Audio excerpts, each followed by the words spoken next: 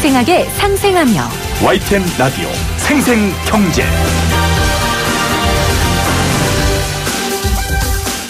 안녕하세요. YTN 라디오 생생경제 김혜민입니다. 양현석 전 YG 대표가 해외 원정 도박 혐의로 경찰에 내사를 받고 있는 것으로 알려졌습니다. 양 전 대표는 카지노 VIP 룸에서 10억 원 넘게 썼고 이 중 6억 원을 잃었습니다.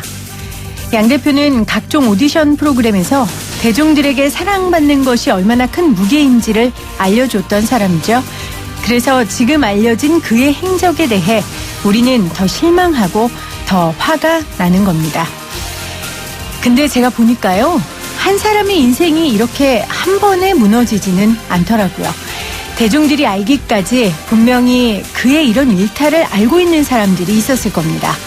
안타깝게도 그에게 바른 말을 하는 사람이 없었던 거죠. 말은 했는데 듣지 않았거나. 이 똑같은 말을 지금 실시간 1위를 장식하고 있는 윤동한 한국콜마 회장에게도 하고 싶네요. 2019년 8월 9일 YTN 라디오 생생경제 지금 시작합니다.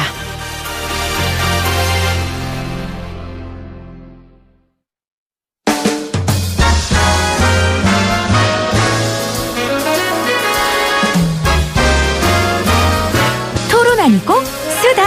신세돈 박성인 교수의 신박세상.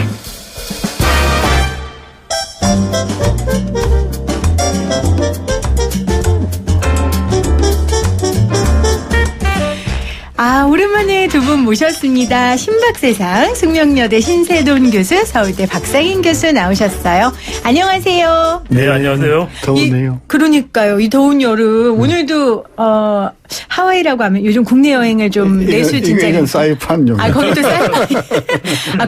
국내로 어디 하면 좋을까? 요즘 양양이 너무 좋대요. 양양? 저는 청송. 청송. 청송. 왜 좋아요? 거기 어디인가 불란서에서 그 평가 매기는 가장 걷기 좋은 길, 우리나라에서 유일하게 들어간 게 청송에 있어요. 그래요? 네. 청송. 자, 우리 신 교수님 청송을. 예감길인가? 그래요? 네. 추천해 주셨고요. 갑자기 계획에도 없었던 휴가지 추천이 됐는데 우리 박사님 교수님도 하나 추천해 주세요. 저는 추천은 그렇고요. 저 다음 주간에 양양에 말씀하신 것처럼 그 산 속에 있는 곳에 좀 피정을 한 3일 정도 가려고 준비하고 있습니다. 전화도 안 된다고 해서. 네. 그러면 그때는 한국 경제 뭐가 터지면 안 되겠네요. 터지면 인터뷰 못 하니까. 네, 3일은 좀 잠잠했으면 하는 바람이 있습니다. 자, 오늘 신박세상 또 할 이야기가 많이 있습니다. 근데 그 얘기하기 전에 오늘 오전 개각 이야기를 좀 해야 될 것 같아요. 제일 핫한 건 조국 법무부 장관이죠. 두 분도 교수님인데 어디 장관 자리에 어떻게 연락 안 왔어요? 이번에도 교수님? 어떻게 생각하세요? 그냥 개인적으로? 웃지요. 그냥 웃지요.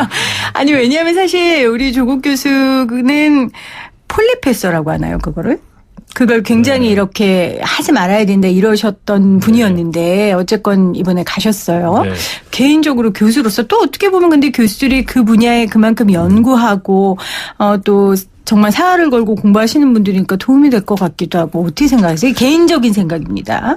네. 장관으로서. 교수가 장관을 가죠. 그러니까 교수가 됐든 장관이잖아요. 네. 저는 죽창을 이야기하는 분이 장관이 될 수가 있는가. 그런 생각이 들어서,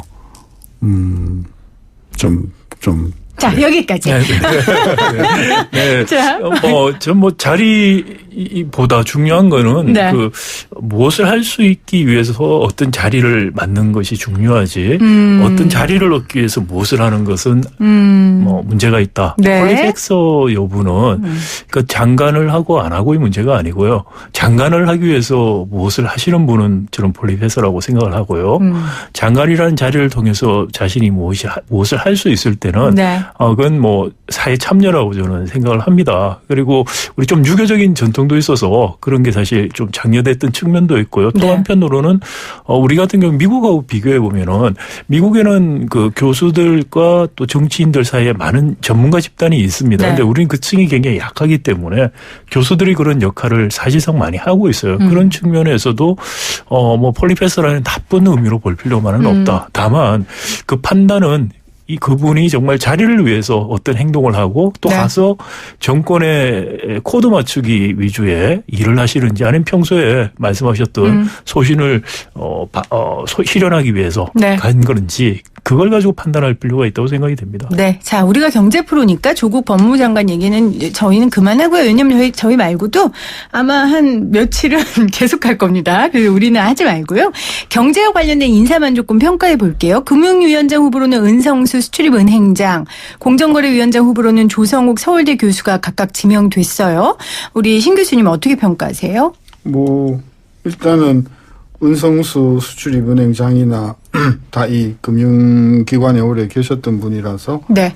뭐 잘 할 수 있으실 거라고 보고요. 전문성 면에선 일단 괜찮다. 네. 그리고 공정거래위원장으로 된 조성욱 교수님은 어떤 분인지 모르겠으나 김상조의 아바타라는 보도가 있던데 어쨌든 기대는 한번 해볼 생각입니다. 네. 잘할지 못할지는 제가 그분들을 잘 몰라서 네. 어떻게 평가는 못하겠습니다. 자, 그럼 박 교수님하고 같은 학교 교수이신데 아세요? 조성욱 서울대 교수? 잘 알죠. 개인적으로 제 2년 선배시고요. 네. 그래서 뭐 대학 때부터 해서 제일 잘 아는 선배고 개인적으로 조국 교수도 사실 개인적으로 잘 아는 분이라고 할 수 있습니다. 네. 사실 그 금융위원장 같은 경우에는 최종구 위원장하고 특별히 다를 거 없는 사람만 바뀌었지 네. 금융정책 측면에서 친재벌적인 금융정책을 지속하겠다는 걸 보여줬다라고 생각이 되고요. 공정거래위원장 같은 경우에도 과연 공정거래위원회가 지금 당면하고 있는 개혁적인 문제 또 내부적인 또는 또 재벌 개혁이라는 외부적인 문제를 네. 추진하시기에 적합할까라는 생각을 해볼 때 상당히 아쉽다. 그래서 크게 뭐 바뀔 거 없는 경제정책 기조, 문재인 정부의 경제사회 정책 기조는 친재벌 반노동으로 가는 그 기조를 가일차게 지금 지속하겠다 뭐 이런 시그널이 아닌가라는 생각입니다. 저기 박 교수님 말이 신 교수님 말보다 더 아픈 거 아세요? 지금 친재벌 반노동적인 그 기치를 지금 이 정권이 할 것을 천명했다라는 거예요. 그럼 이번 인사를 이번 통해? 임명을 통해서 천명한 게 아니고 확인했다라는 생각이고요. 확인했다. 네, 천명은 뭐 이미 했고. 네, 그것을 지금 지속적으로 밀고 가겠다라는 걸 지금 보여준 인사라고 생각이 됩니다. 웃으면서 하실 말씀은 다 아시는 우리 박 교수님. 네, 신 교수님 한 말씀 더. 그게 공정거래위원회가 됐든 금융위원회가 됐든 물론 장이 새로 오면서 많은 역할을 할 수 있겠지만 네. 그래도 조직을 움직이는 것은 장이 아닌 다른 분들이라는 거죠.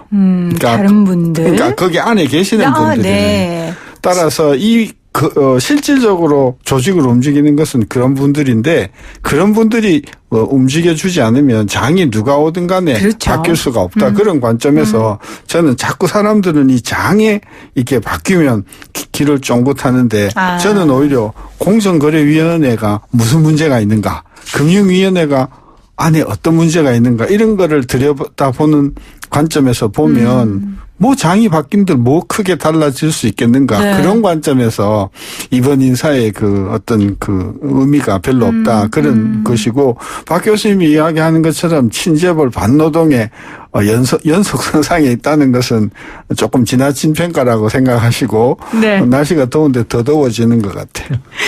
오히려 지금 신세동 교수님께서는 그건 조금은 지나친 평가다라고 말씀을 해주셨어요. 아무래도 박 교수님은 이 재벌 개혁에 있어서 누구보다도 안타까운 마음을 갖고 계신 분이기 때문에 기대가 컸기 때문에 거기에 대한 비판과 마음이 더 크신 거라고 제가 이해를 하겠습니다.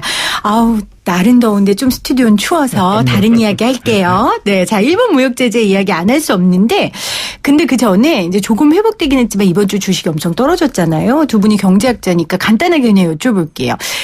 최근 대내외적 요인들 때문에 이번에 주식 시장이 이렇게 무너진 게 일시적인 걸까요? 아니면 불행의 서막일까요? 어떻게 생각하세요? 박 네. 사실 굉장히 불확실성이 높기 때문에 향후 전개 과정을 지금 예단하기는 어렵다는 생각이고요. 그렇기 네. 때문에 이제 시장이 굉장히 급격하게 변동을 하고 있는 것이죠. 그럼에도 불구하고 일시적이기보다는 상당히 장기간 지속될 가능성이 높다는 네. 생각입니다. 저는 미중 무역 분쟁 같은 경우도 처음 연초에 생각했던 것보다도 훨씬 더 장기적으로 갈 가능성이 높아 보인다. 내년 미국 대선 문제도 맞물려 있고요.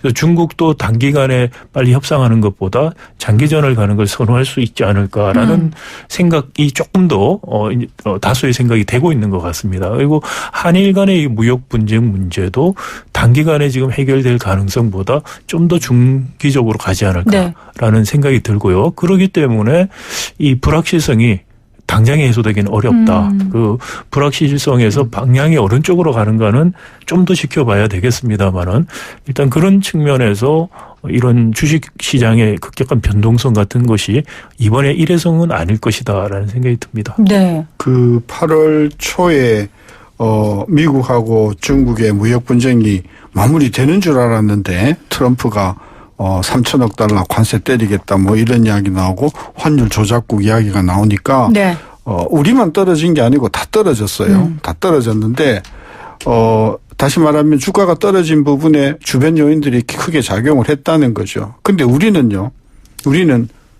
기관 투자가가 한 2, 3일 사이에 2조가 들어와서 네. 막았어요. 네. 2조가 들어와 가지고 막아가지고 다른 나라 떨어진 거랑 비슷하게 떨어졌거든요. 무슨 이야기냐면 이거 많이 떨어진 것 아니다. 우리나라 같은 경우. 기관 투자가가 방어를 안 했으면 더 떨어졌을 굉장히 많이 떨어졌을 것이다라는 네. 점에서 보면 우리나라는 주변 요건에다가 일본 요건이 더해져서 그랬죠. 떨어진 것이 지금 회복이 되지 않고 1930대에서 가고 있으니까 주변 요건 플러스 알파 한국은 한일 문제가 알파로 작용을 했다. 네. 그런 이야기. 그러면은 어떤 전문가는 이런 얘기를 하던데요. 이렇게 장기간의 악재가 겹치면 그래도 내성이 생겨서 시장에서 어느 정도 좀 탄력 회복성을 보인다. 그러니까 조금은 회복될 거다. 괜찮아질 거다 하는 분들도 계시던데. 이렇게 비교할게요.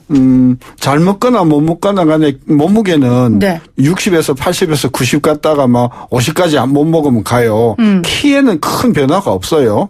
근데 이게 체중이 굉장히 줄어 가는 변화는 있지 않습니까? 그러니까 내성이 생긴다는 말은 키는 크게 변동이 없는 것 같지만은 체중은 80kg였다가 40kg 엄청난 변화가 이 신체에 일어나는 것 아닌가요? 저는 그래서 한국 경제에 굉장히 큰 안팎의 이 충격이 굉장히 큰 충격을 지금도 주고 있다고 네. 보는 거죠. 그 내성 말씀을 하셨는데 사실 2008년 금융위기 이후에 전 세계적으로 경제가 상당히 비정상적인 사실 양상을 많이 보여주고 있죠. 저금리가 굉장히 오랫동안 지속되고 양적 완화를 하고 그럼에도 불구하고 크게 인플레이션이 일어나지 않으면서 경기는 침체 국면을 잘 못 벗어나는 국면이 지속이 되고 있습니다. 그 와중에 사실 또 미중 무역 분쟁이라는 것이 터졌고요. 또 우리는 네. 조금 더 국지적으로 일본과의 문제까지 있기 때문에 이 미중 무역 분쟁이 본격화가 되기 전에도 전문가들 중에서 한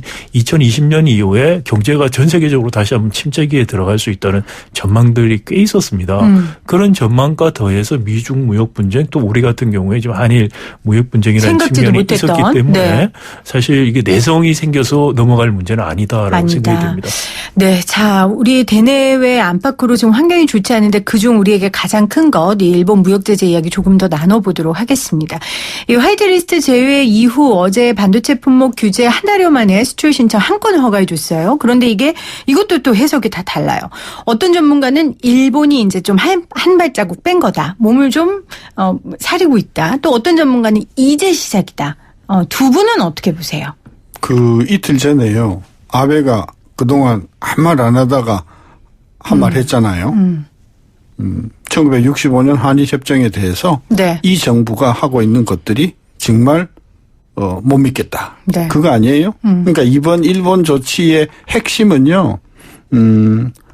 1965년 한일협정 등등 그 후에 대한 한국 정부의 뒤집기라 할까? 신뢰를 보이지 못했다. 그 문제예요. 자, 그러면 세코가 지 아무리 영향력이 있다고 하더라도 아베의 생각을 뒤집을 수는 없지 않겠습니까? 네. 저는 그래서 이번에 수출 한 건을 허가한 것은 아무 의미가 없는 것이다.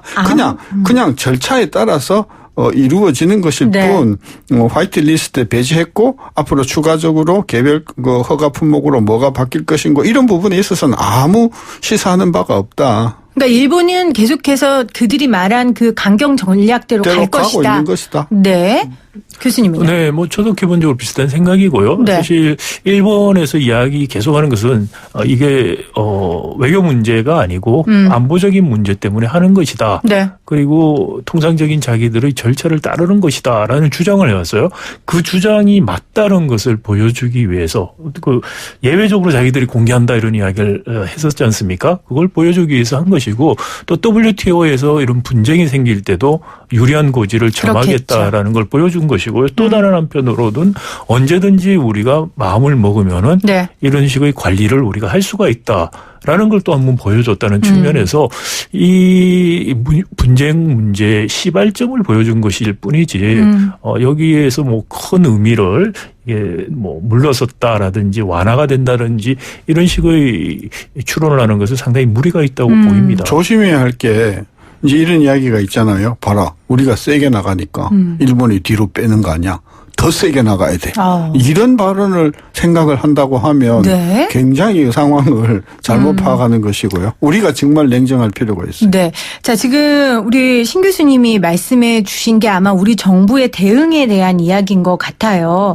지금 일단 우리 정부는 강경 대응보다는 약간 조금 숨고르기를 하는 느낌이 들거든요. 제 느낌이 맞습니까? 일단은 우리도 화이트 리스트로 일본을 제재하겠다고 했다가 보류하겠다고 어제 홍 부총리가 이야기한 것을 보면 그렇게 해석할 수도 있겠죠. 근데 오늘 이제 김상조 실장은 한 방송에 출연해서 정부가 잠시 검토를 위해 보류한 거고 다시 논의하게 될 거다라고 얘기를 했어요. 그러면은 박 교수님께서는 우리도 일본과 같이 그렇게 화이트리스트에서 배제하는 게 맞는 방법이라고 생각하세요? 그건 전략적으로 잘 생각을 해야 된다는 건데요. 첫 번째는 우리가 이것을 경제 전쟁으로 보복하는 식으로 해서 갈 것인가. 네. 그 전략이라면 이제 눈에는 눈, 이에는 이라는 식으로 하는 게 맞다고 봅니다. 근데 그게 아니고 우리가 WTO 같은 데 제소를 통해서 해결을 하려고 할 것인가.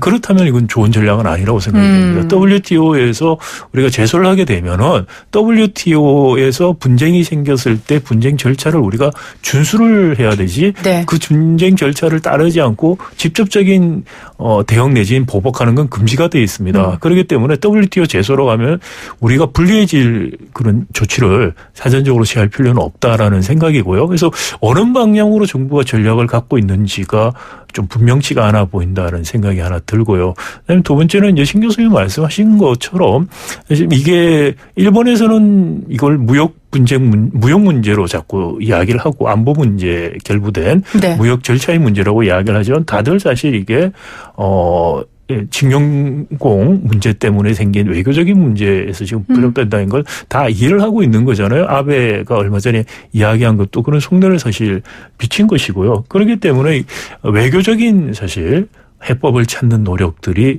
병행이 될 수밖에 없다. 돼야만 한다라는 생각이 들고요.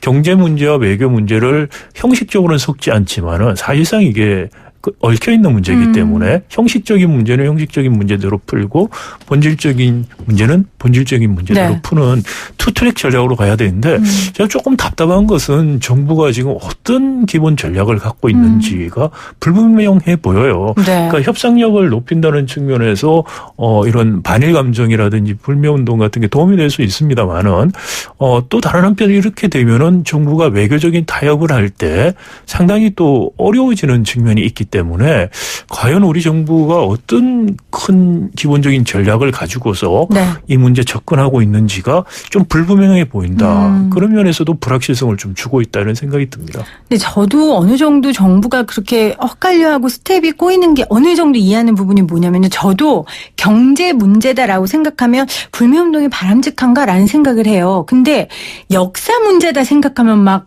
불매운동을 해야 될 것 같아요. 그런데 이건 저는 국민이 한 사람이고 결국 정부는 외교로 이걸 풀어야 되는 거니까 이게 참 이 부분이 쉽지 않은 것 같다라는 생각을 하는데 우리 신 교수님은 평소에도 원래 국산차만 타셨잖아요. 그렇습니다. 일부러 내수 경기 진작시켜야 된다고. 그것도 가장 어려운 내수 자동차. 맞아요. 그랬었어요. 저도 이해해요. 그런 분으로서 한 말씀 하신다면. 그래서 제가 며칠 전에 그 다른 방송에 나와가지고 네. 불매운동으로 이게 접근할 것이 아니고 이것은 아베의 문제다. 따라서 아베에다가 우리가 공격에 촉점을 줘야 된다. 그리고 정말 불매운동을 임팩트 있는 불매운동을 하시고 싶으면 가지고 있는 일본 자동차를 없애버려라. 이제 그 이야기를 했더니 그 어마어마한 제 악성 댓글이 올라왔는데. 평소에 교수님의 그 마음을 몰랐네. 우리 교수님이 평소에 일부러 국산차 타고 다니셨다는 그러니까 그 댓글 중에 다 읽어보진 않았는데 그 아까운 차를 왜 버리냐 이런 이야기가 있어서 네. 그 댓글 다는 사람들의 수준을 제가 그때 좀 알아차렸는데요. 제 말씀의 뜻은 정말 앞으로는 내가 일본 차는 사지 않겠다. 그리고 우리 앞으로 일본한테는 정말 지지 않겠다. 일본에 굴러가는 자동차가 4분의 3이 한국 자동차가 되도록 우리의 품질을 높이고 걔네들도 어떻게 할 수 없이 한국차를 살 수 있게끔 이렇게 만드는 게 중요한데 우리는 여태껏 무방비 상태로 일본 상품 그래 오지 않았습니까? 근데 그런 부분에 대해서 우리가 철저한 자성이 필요하다. 네. 그런 차원에서 이제. 네, 불매운동이 그 민간이 자발적으로 시민들이 하는 것들은 어떻게 보면 사태 해결에 전 도움도 되고요. 또 국민들이 그런 분노를 표출하는 정당한 방법이라고 생각이 됩니다. 그런데 네. 이것을 정치인들이나 정당이 부추기는 식으로 가는 것은 굉장히 바람직하지 않다. 네. 그리고 아베 정부의 문제와 일본 국민을 맞습니다. 분리하지 않고 네. 감정적인 싸움으로 간다는 거는 좀 어떻게 보면 양국의 가까운 이웃이죠. 일본이 참 우리한테 여러 가지 면에서 이율배반적인 국가라고 볼 수 있는데 역사적인 배경에서 오는 또 문제도 있지만 또 지리적인 가까운 문제, 네. 또 문화적인 또 가까운 문제가 있죠. 그런 것을 우리가 포괄적으로 생각할 필요가 있다라는 생각이고요. 네. 저는 그 개인 자발적인 불매운동이라고 해도 조금 사려 깊을 필요가 있다는 거예요. 우리가 지금 일본 담배를 제가 통계를 보니까 400만 불어치 수입하더라고요. 브랜드가 뭔지 모르겠으나. 근데 담배류를 우리가 거의 3억 달러 수출하거든요. 네. 그러면 우리가 예를 들어서 일본 담배를 안 피겠다고 막 떠들면 그 일본 애들이 그리고 우리도 그럼 한국 담배 안 써. 우리가 일본 옷 안 사겠어. 그러면 그럼 우리도 안 사겠어. 일본 여행 안 온다고? 우리도 안 가겠어. 이게 이렇게 돼 버리면 그리고요. 그런 어떤 우리가 불매 운동을 하는 류의 이런 물건들을 우리가 훨씬 더 많이 수출하더라고. 그러니까 이게 근데 교수님 이런 것 같아요. 국민들 한 명 한 명이 진짜 그 플러스 마이너스를 해서 불매운동을 하는 건 아니에요. 그러니까. 울분과 마음의 표현이거든요. 그러니까 그거는 개인 단위에서는 충분히 할 수 그렇죠. 있어요. 근데 그걸 이용하는. 근데 이제 국가 전체를 보는 네. 우리 같은 전문가들의 입장에서 보면은 충분히 이해를 하는데 예를 들어서 길 가다가 그 차선 때문에 이제 서로 감정이 같단 말이에요. 네. 그러니까 분명히 너가 잘못한 상황에서 내가 주먹 한 대 때릴 수 있죠. 시원하죠. 근데 그 때리고 나서 생기는 많은 여러 가지 후유증을 생각하면 화나더라도 좀 참는 게 멋있을 수가 있지 않겠습니까? 저는 그래서 불매운동이 나중에 아까 정부가 해결책을 찾아냈는데도 나중에 그 장애도 될 수 있지만 조금 넓은 안목에서 보면 우리가 찌르면 더 많이 찔릴 수도 있다는 그런 부분을 우리 이제 전문가들은 지적을 하면서 우리가 조금 자제를 할 필요가 있다. 이제 그런 이야기인 거죠. 전문가 입장, 정부 입장, 일반 시민 입장이 같을 필요는 저는 없다고 생각이 됩니다. 국민들이 분노를 표출하는 방식으로 자발적인 불매운동을 하는 것을 누가 막을 수 있는 것도 아니고요. 그럼에도 불구하고 이게 일본 국민이라든지 일본이라는 나라 자체를 비하하거나 네. 반일로 가는 식으로 하는 것은 건강한 그럼요. 방식은 아니다라는 생각이고요. 이 일본 정부의 문제점들 그리고 또 일본 정부의 홍보라든지 언론에 의해서 일본 국민들이 대다수가 잘 몰라서 판단하는 문제점들 같은 것들 이런 걸 저희가 이해할 필요가 있고 네. 또 다른 한편으로는 저는 그런 생각이 듭니다. 이 한일 문제라는 게 감정적으로 굉장히 민감한 문제다 보기 때문에 언론들도 양국 언론들이 비슷하게 자기들에게 유리한 부분만 보도를 한다고 생각이 돼요. 이런 부분들이 좀 어떻게 보면은 일반인들이 합리적인 판단을 하는 것보다 감정적으로 판단하는데 불에 기름을 넣는 그런 역할을 한다. 언론들이 좀 반성해야 된다. 맞습니다. 그래서 아니 저도 맞다고 생각하고요. 그래서 YTN 라디오에서 저희가 이제 PD들이 모여서 굉장히 얘기를 많이 해요. 이제 이 부분을 우리가 어떻게 다룰 것인가. 그래서 아까 우리 박 교수님 말씀하신 것처럼 일본의 기본적인 이해도 우리가 필요할 것 같고요. 그 문화라든지 어떻게 아베가 이렇게 하는 걸 시민사회나 언론이 이렇게 침묵하고 있을까. 이런 부분에 대한 연구도 필요할 것 같고 아베가 왜 그러는지에 대한 역사적 배경도 필요할 것 같고 그래서 저희도 YTN 라디오는 굉장히 다각도로 분석하기 위해 애쓰고 있다는 걸 말씀드리면서요. 저희가 2부에서는 그런 구체적으로 우리 대한민국과 우리 정부가 정말 어떻게 해야 할지 그 과제에 대한 이야기를 좀 나눠보도록 하겠습니다. 생생하게 상생하면 YTN 라디오 생생경제는 포스코와 함께합니다. 저는 2부에 다시 올게요. 여러분은 지금 경제를 조금씩 알아가고 있는 김혜민 PD와 함께하고 계십니다. YTN 라디오 생생경제 오늘 신박세상 신세돈 박상인 교수와 함께하고 있습니다. 자, 그러면 이제 장기적으로 우리가 국산화 또 우리의 기술을 개발하는 게 굉장히 중요할 것 같고 그렇게 할 수 있다면 이 위기를 우리가 나중에 몇 년 후에 살펴봤을 때 참 우리한테 좋은 기회였다라고 평가할 수 있을 것 같아요. 그 카이스트 신성철 총장이 근데 이런 말을 했어요. 단기간에 국산화 성과 낼 수 없다. 그렇기 때문에 우리나라의 연구개발 전략을 근본적으로 점검하고 새로운 성장판을 짜야 한다 했는데 그러면 우리 신 교수님 새로운 판 짜려면 뭐부터 해야 됩니까?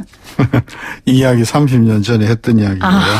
너무 마음 아프다. 똑같은 이야기를 반복하고 있어요. 그 얘기 진짜 마음 단적으로 아프네요. 제가 네. 뭘 고쳐야 되냐면요. 네. 공부 제일 잘하는 아이들이 네. 법대 의대 가는 걸 고쳐야 돼요. 공부 진짜 잘하는 애들이 수학을 하고 진짜 좋아하는 애들이 생물학을 공부하고 순수한 거. 먹고 사는 게 난 출사하는 건 상관없어. 나는 오롯이 내가 좋아하는 것을 평생을 던지고 싶어. 이런 분위기를 만들어줘야 돼. 그럼 그 누가 못 만들죠? 부모님이잖아요. 부모님이 너 법대가 의대가 이런 분위기가 30년 되어 왔잖아요. 이런 분위기 즉 기본적으로 우리가 가치관을 바꾸어 접근하지 않으면 안 되는 문제다. 저는 그래서 나오는 이야기 뻔해요. 인재 교육하고 교육 시스템 바꾸고 투자하고 그러는데 기본적으로 정말 공부 잘하고 정말 뛰어난 아이들이 정말 자기가 좋아하는 것에 모든 것을 맡길 수 있는 이런 분위기가 되지 않으면 네. 그래서 여태껏 30년 전에 이야기 똑같이 했지만 30년 동안 계속해서 법대 의대만 사람들이 가왔잖아요. 대부분이. 그래서 그런 부분을 그래서 부모님들이 좀 이렇게 교육을 네. 조금 이렇게 그런 쪽으로 바꿔주는 것이 저는 시급하지 않나 싶은데. 일단 저부터 바꾸겠습니다. 얘들아, 법대 의대 꼭 안 가도 된다. 일단 저부터 바꾸고요. 근데 사실 순수 학문을 중요시하는 사회라는 건 사실은 기본이 튼튼한 사회라는 얘기이기도 하니까. 근데 정말 그건 너무 장기간 저희 아들 7살인데 저희 아들 지금 한 10년 있다가 될 얘기고 조금 더 구체적으로 저는 중소기업과 대기업 간의 상생이라든지 우리 교수님 늘 부르짖는 거 있잖아요. 네네. 사실 부품 소재 산업이 발전 안 해서 한국 제조업의 진화가 단절이 돼서 제조업 위기가 오고 있다는 이야기를 제가 수년 전부터 계속해서 주장을 했던 것이고요. 네. 지금 신 교수님 말씀에서 제가 두 가지 생각이 나는데요. 하나가 지금 정부가 내놓은 대책들이 사실 새로운 게 없다라는 측면. 그러니까 급해서 내놓은 대책이 사실 좀 목소리만 크게 이야기하지 내용은 크게 다른 게 없다. 이래서 네. 과연 바뀔까라는 이제 하나의 생각이 들고요. 두 번째는 이제 말씀하신 것처럼 부모님들이 그럼 왜 그럴까?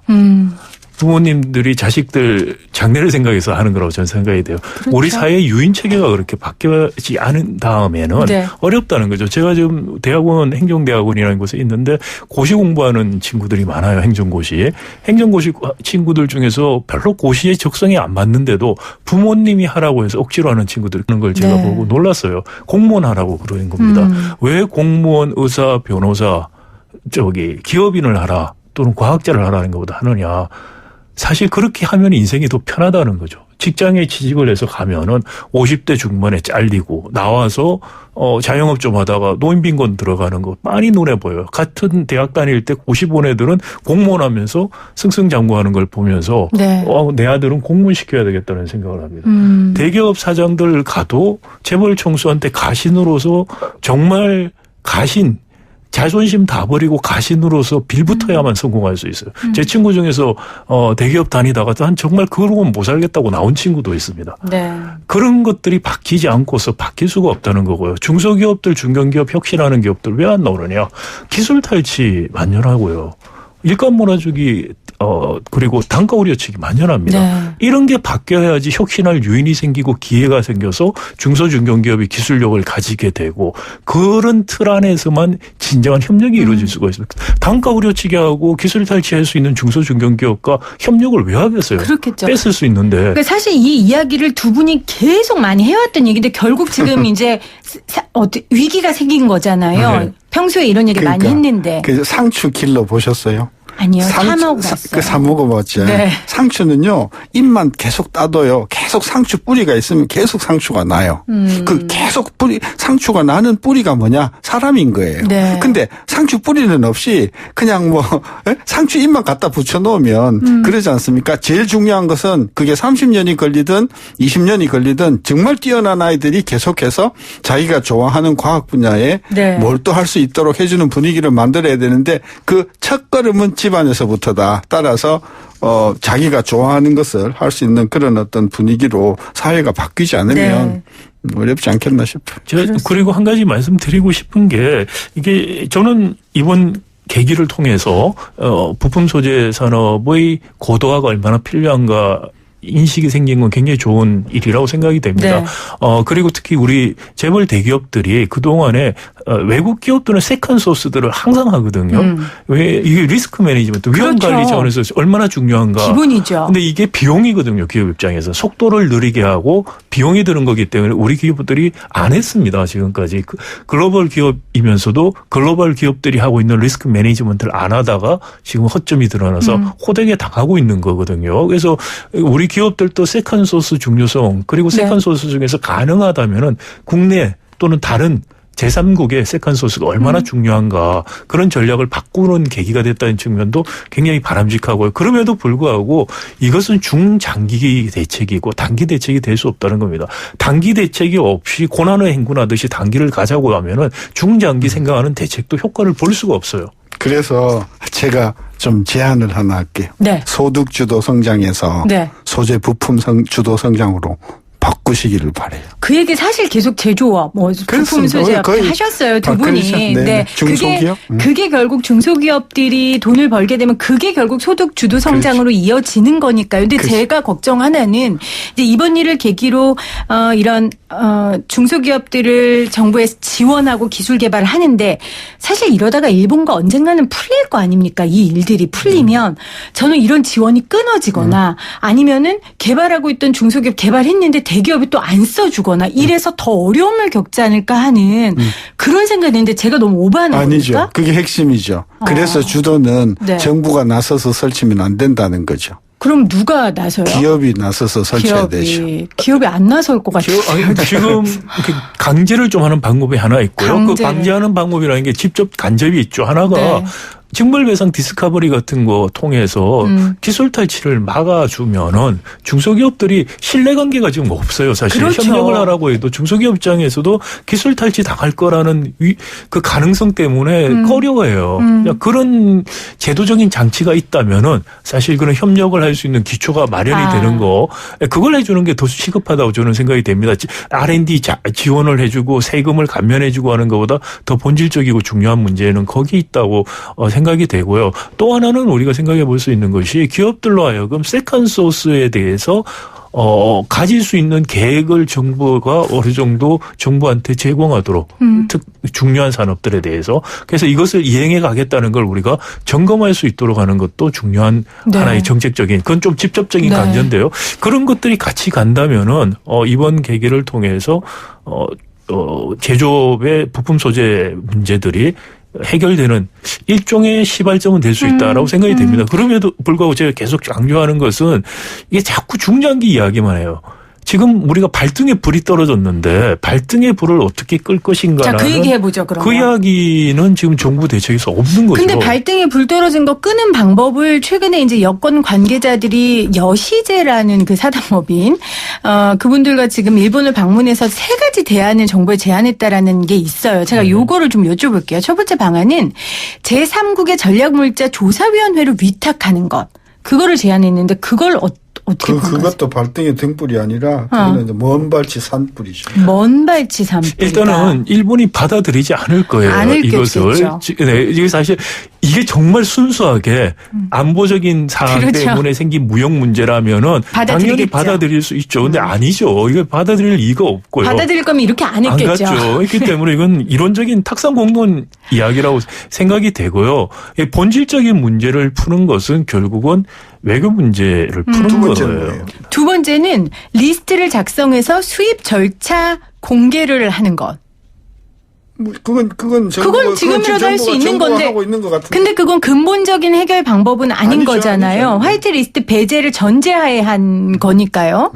그리고 세 번째는 반도체 디스플레이용 소재를 일본에서 수입할 때 수입 절차를 공개하는 거. 근데 읽어보니까 좀 별게 아니네요. 제가. 이거 평가하실 것도 없으세요? 없어요. 아니, 다시 말씀드리지만은 이거에 일본에서 받아들인다고 하면은 이런 문제가 생기지도 않아서. 안 받아들일 거다. 네. 왜냐하면 문제의 본질은 다른 데 있는 것이죠. 저는 발등에 등불이라고 했을 때 제일 중요한 게 뭐냐면요. 제일 피해를 누가 입어요? 기업이잖아요. 그렇죠. 지난번에 정부가 8월 2일 날 홍 부총리가 피해 기업에 대해서 세제, 그다음에 예산, 금융 여러 가지 지원을 하겠다고 관계 장관들이 나와서 했어요. 저 답답한 게 뭐가 피해죠? 뭐가 피해인가? 어떤 사람들이 기업이 피해를 본다고 정부는 생각하는가? 대기업들 만났잖아요. 그러니까 피해 기업이 누구고 피해를 보상하는 그 범위가 누구고 그 피해를 보상할 때 어느 기관이 나서고 어떤 절차에 그런 것을 내줘야 해당 기업은 이게 진짜 정부가 와닿는 대책이구나 할 거 아닙니까? 그 정의가 전혀 없는 거예요. 그러니까 맨날 정부는 뭐 어마어마한 지원을 해주는 것 같지만 실질적으로 지원이 안 된다는 거죠. 우리 지난번에 고성에 불나고 강릉에 불났을 때 어마어마하게 우리가 지원하겠다고 했는데 막상 뚜껑을 열어보니까 지원을 못 받은 사람, 지원을 집이 날아갔는데 200만 원, 300만 원 말도 안 되는 이런 식의 행정을 저는 지양을 해야 된다. 그런 차원에서 발등에 불은 뭐냐. 아까 이야기했듯이 누가 피해 기업이고. 일단 그거를 취합해라. 아주 구체적으로 피해 보상이나 지원 절차를 정부가 빨리 마련해 주는 것이 저는 일단 발등에 불이라고 봐요. 그러면 교수님 제가 박 교수님한테 여쭤보고 싶었던 게 아까도 얘기했지만 청와대에서 이제 대기업 총수들을 불러서 만났단 말이에요. 근데 사실은 제가 전문가 인터뷰를 해보면 이때 대기업들은 다 살 공리가 있고 다 대안들이 있다는데 결국 중소기업들 피해 입는데 결국 또 대기업 중심으로 문제 해결을 해가는 거 아니냐라는 지적도 있었어요. 네, 당연한 지적이시고요. 저도 사실 자꾸 재벌 그룹 이인적급들을 만나서 그런 고위급에서 할 수 있는 이야기들이 지금 뭐가 있는지 조금 궁금하고요.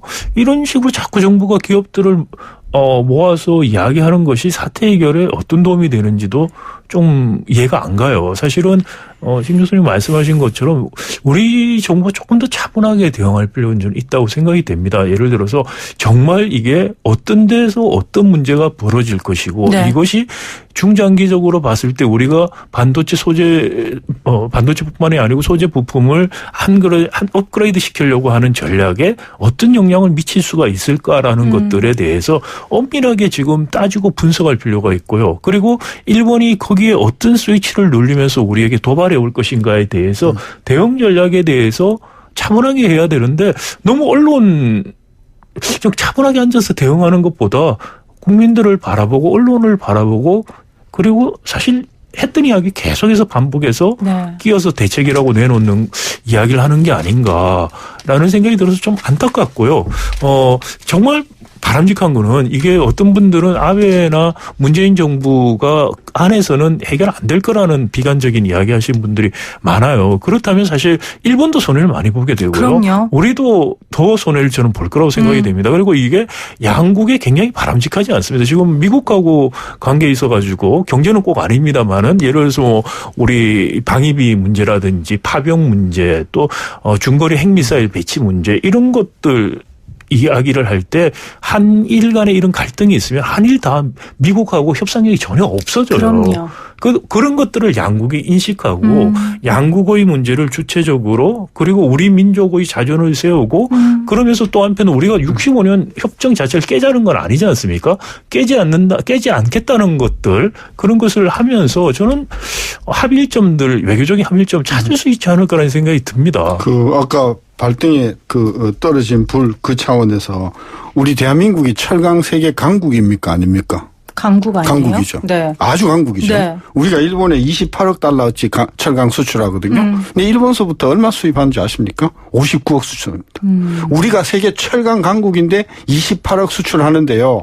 일본한테서 56억 원어치를 수입한다고 하면 그 일본서 수입하는 철강은 우리가 생산할 수 있는 물건일까요?